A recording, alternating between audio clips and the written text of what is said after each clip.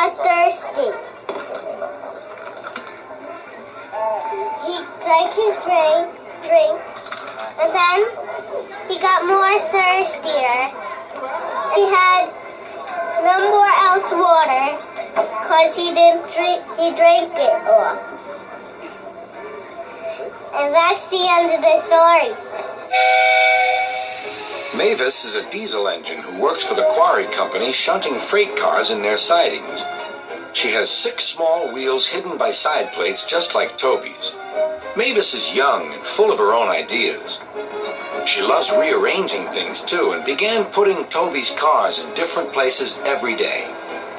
This made Toby cross.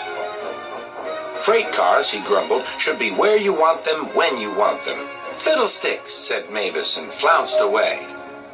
At last, Toby lost patience. I can't waste time playing hunt the cars with you. Take them yourself. Mavis was pleased. Taking cars made her feel important. At the station, Diesel oiled up to her. Toby's an old fusspot, she complained. Diesel sensed trouble and was delighted. Toby says only steam engines can manage freight cars, continued Mavis. How absurd, squirmed Diesel. Depend upon it, Mavis. Anything steam engines can do, we diesels can do better.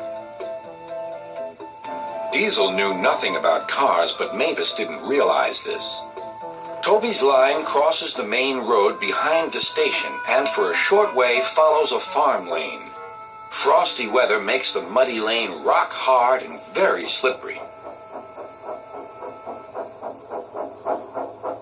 Toby stops before reaching the lane. His fireman halts the traffic at the crossing, and then he sets off again. By using the heavy cars to push him along, he has no trouble with the frosty rails in the lane and across the road. It is the only safe thing to do in this kind of weather. Toby warned Mavis and told her just what to do. I can manage, thank you, she replied. I'm not an old fusspot like you. The freight cars were tired of being pushed around by Mavis. It's slippery, they whispered. Let's push her around instead. On, they yelled. Mavis took no notice. Instead, she brought the cars carefully down the lane and stopped at the level crossing. All traffic halted. One in the headlamp for fusspot Toby, chortled Mavis. But Mavis had stopped in the wrong place. Instead of taking Toby's advice, she had given the cars the chance they wanted. Hold back, they cried. Grrr up, ordered Mavis. The cars just laughed and her wheels spun helplessly. Workmen sanded the rails and tried to dig away the frozen mud, but it was no good. Everyone was impatient. Grrr, wailed Mavis. Toby was in the yard when he heard the news. I warned her, he fumed. She's young yet, soothed his driver, and she can manage her cars herself, interrupted Toby. They're your cars, really, his driver replied. Mavis is supposed to stay at the quarry if Sir Topham Hatt finds out.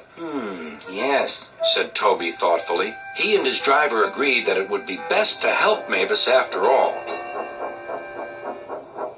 An angry farmer was telling Mavis just what she could do with her train.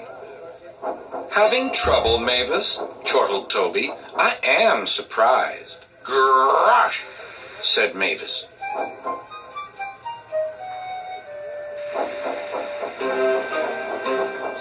With much puffing and wheel slip, Toby pushed Mavis and the freight cars back. The hard work made his fire burn fiercely, and his firemen spread hot cinders to melt the frozen mud.